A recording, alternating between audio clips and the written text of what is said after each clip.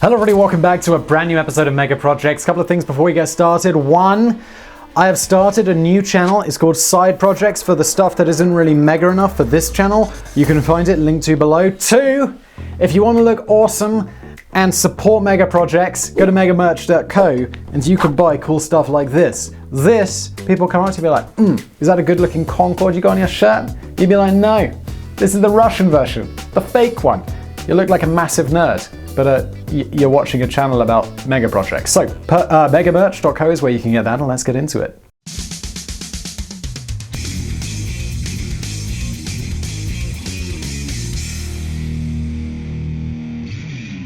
Whether it's through military strikes carried out thousands of miles away, or the long heralded day that we might see our Amazon packages arrive by air, drones are set to play a huge part in our future. But our story today dives back into the depths of the Cold War. This is Mega Projects. What else would we be doing except looking at stuff from the Cold War? And focuses on a supersonic reconnaissance drone which arrived almost as quickly as it disappeared 50 years ago. This is the rarely remembered Lockheed D-21. The tale of the Lockheed D-21 is one of cutting-edge technology, deeply shrouded mystery, and close but no cigar. This was a drone that was launched from the back of an aircraft and could travel at an astonishing 3,600 kilometers an hour, 2,300 miles per hour. But it was also a piece of mechanical engineering that was well ahead of its time, maybe too far ahead of its time, and one that was perhaps not given the time to fully develop. Much of the details surrounding the drone have never been released, and it remains somewhat of an elusive portion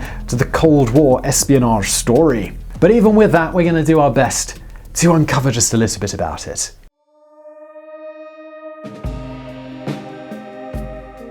The Cold War saw a frenzy of espionage around the world, leading to many wonderfully devious tales of the West and East attempting to outdo each other through covert operations. It became an obsession for both sides to try and steal secrets or simply get a glimpse at those areas that were well off limits. While many of the most famous tales involved spies on the ground, the action in the air was equally important and decidedly dangerous. The US had begun using a spy plane known as the U-2 from 1956 to photograph military installations across the USSR, but it came to a shuddering halt on 1st of May 1960. If you want to know more about the U-2, by the way, we've done a video on Mega Projects all about it, so well, the more you know. As the surface-to-air missile slammed into Gary Powers' U-2 aircraft, his options were pretty bleak. Well over Soviet territory, he knew that his plane was about to crash in the one area he had been specifically ordered to not crash into at all costs. With him was a small needle of poison designed to kill him outright, and a self-destruct switch which would have destroyed the aircraft before the Soviets could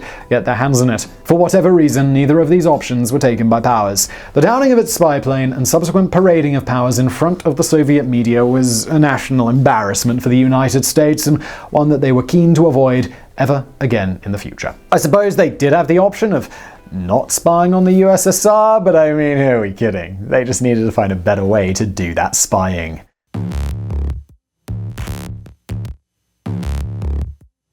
The US government turned to their trusty innovation factory, the Skunk Works division of Lockheed, which I think we've got a video coming up, by the way. Haven't yet recorded it, but I see it in our production thing. Something about Skunk Works is coming. It's super cool. Over time, Skunk Works would produce a truly mesmerizing array of next-generation military hardware, including the U-2, the Lockheed SR-71 Blackbird, the Lockheed F-117 Nighthawk, the Lockheed Martin F-22 Raptor, and the Lockheed Martin F-35 Lightning II. They weren't messing around with that Skunk Works, were they? But this needed to be something different, and their proposal centered around a high-speed, high-altitude drone concept that would share many similarities with the Lockheed A-12, which was nearing completion. And again, we've also done a video all about that. I believe it's probably the most popular video so far. We've actually got a t-shirt with it on in the merch store, megamerch.co. Specifications included a speed of Mach 3.3 to 3.5, an altitude of 27 to 29,000 meters, which is 87,000 to 95,000 feet, and a range of 5,600 kilometers. People are often like, why do you do some of these conversions and why do you not do the others? And I'm like, I don't know, I'm British. I mostly operate in metric, but then when it comes to planes, I want them in feet. So I do those for my fellow British friends. While no doubt it would have been great to get the drone back, it was decided that this one would be a one-way flight. The D-21 was designed to reach and photograph a designated point before turning around and making its way back to a rendezvous point, ideally over the ocean. Here, the small camera section of the drone would detach and parachute downwards before being picked up in mid-air, by the way.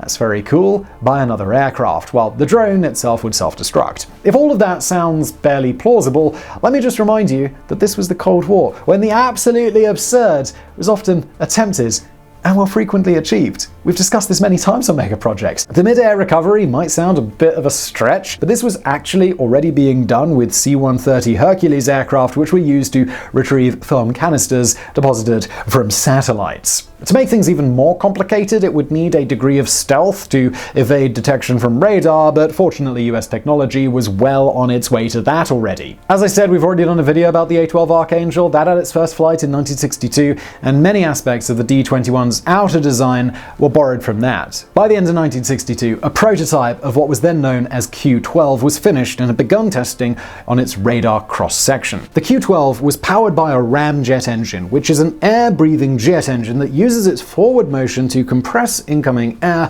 and so pushes the jet forward. At the time, the Marquardt RJ-43 MA-20S4 engine, it's a mouthful, was being used on the Boeing CIM-10 bomb-marked long-range surface-to-air missile. When the Q-12 was initially presented to the CIA and the US Air Force, it received a bit of a mixed reaction.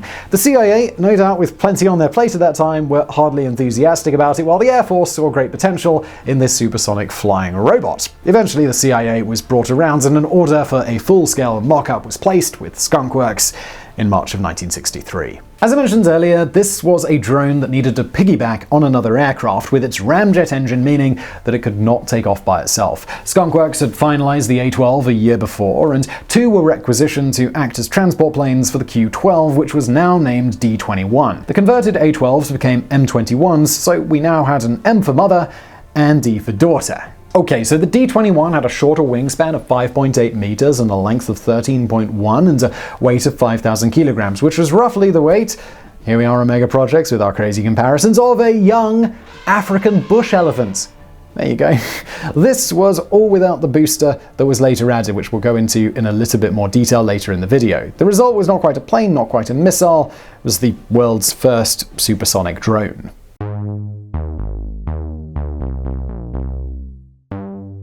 Testing any forward-thinking piece of technology is bound to run into some complications, and the D-21 had its fair share of those. Indeed, one of them would sadly eventually lead to tragedy. The first launch came on the 5th of March 1966, with the D-21 failing to spring clear of the M-21, which no doubt left the crew of the mothership peering warily around them. The second, just over a month later, was considerably better and reached both its desired height and speed before crashing because of a faulty hydraulic pump. The third flight proved to be the best, though this time the camera hatch did not release as planned because of an electronics failure. The D-21 was certainly getting closer, but it was its fourth flight that caused a fatal accident and led to a complete rethink of the D-21. On the 30th of July 1966, an M-21 once again climbed into the sky with a D-21 attached to it. All other test flights had been done on an outside loop, meaning the aircraft was essentially turning away from the released D-21. But the fourth flight called for everything to be done on a straight path. Immediately following its detachment, the D-21 suffered an engine failure and slammed into the tail section of the M-21, destroying both the aircraft and the drone. Both the pilot and the launch control officer were able to eject from the M-21, but they came down over the ocean, and sadly, Ray Torrick, the M-21's LCO, drowned as he was engulfed by his parachute.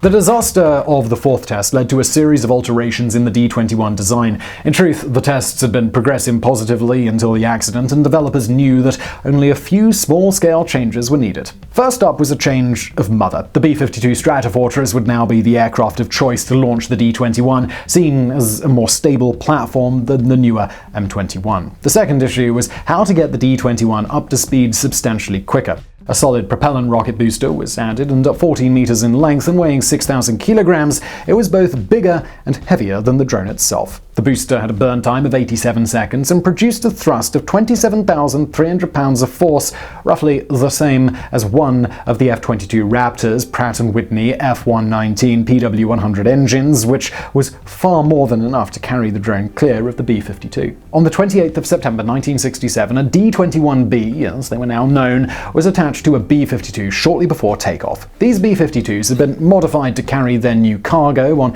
extra pylons added under each wing. The D-21Bs were then connected to each of these pylons from attachment points on the drone's spine. No doubt there were high hopes as the fifth test began, but somewhat comically, the D-21B fell off the pylon in mid-air due to a damaged nut. 3 more tests quickly followed, all of which were recorded as unsuccessful. We're not entirely sure why. With frustration mounting, a full review was ordered before tests resumed, but the next 8 launches were a mixture of successes and failures. On the 16th of June 1968, a D-21 finally completed a mission profile, and its detached camera section was successfully retrieved, but with 2 further failures, then a success, then 2 failures, and lastly 2 successes, it hardly painted a picture of strong confidence.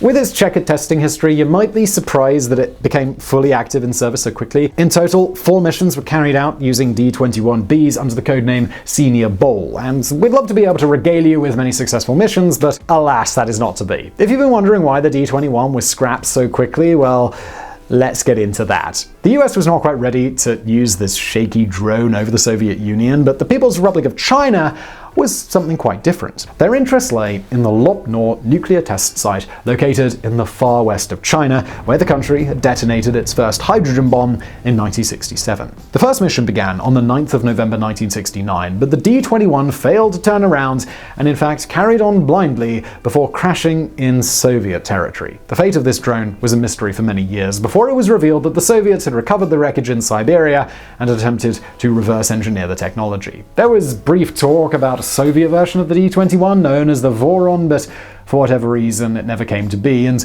often on mega projects we like to do the Soviet versions of these, but there's not enough information about that one. The second flight was better, but its camera hatch suffered a parachute malfunction. It was lost at sea. The third attempt also ended up in the ocean after it had been missed by the recovery aircraft. A destroyer was dispatched to recover the camera, but ended up destroying it in the process as the ship sailed over it. Whoops. The fourth and final mission also ended in disaster as the D-21 crashed in China's Yunnan province, where it was recovered by local authorities.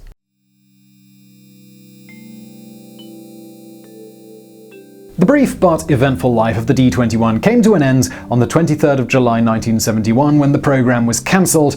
With its poor track record, it must have kind of been expected. A total of 38 D-21s or D-21Bs had been built, 21 of which had already been used up, either through testing or on missions. The remaining drones eventually found their way to the Davis-Monthan Air Force Base near Tucson, Arizona, commonly known as a boneyard, as it acts as a final resting place for many disused aircraft. The tale of the D-21 is one that never really got started. Before them, manned spy planes were seen as the answer, and during their bumpy career, the emergence of surveillance satellites meant that the D-21 filled a very short window of possibility, and let's be honest here, it didn't fill it very well. However, take a step back from the preposterously awful career record that the D-21 had, and you'll be amazed at what the US nearly pulled off 50 years ago. This was a drone that traveled nearly 1,000 miles per hour faster than Concorde, and at a height that is approaching 3 times that of a conventional passenger airliner. Yeah, okay, it never actually worked in a real-life situation, but it did come close. And I really hope you found that video interesting. If you did, please do hit that thumbs up button below. Don't forget to subscribe. Also, if you'd like to get your hands on some merch like this, and there's a bunch of other designs as well, go to megamerch.co. Also, link below. Also, subscribe to side projects. Also, link below. Thanks for watching.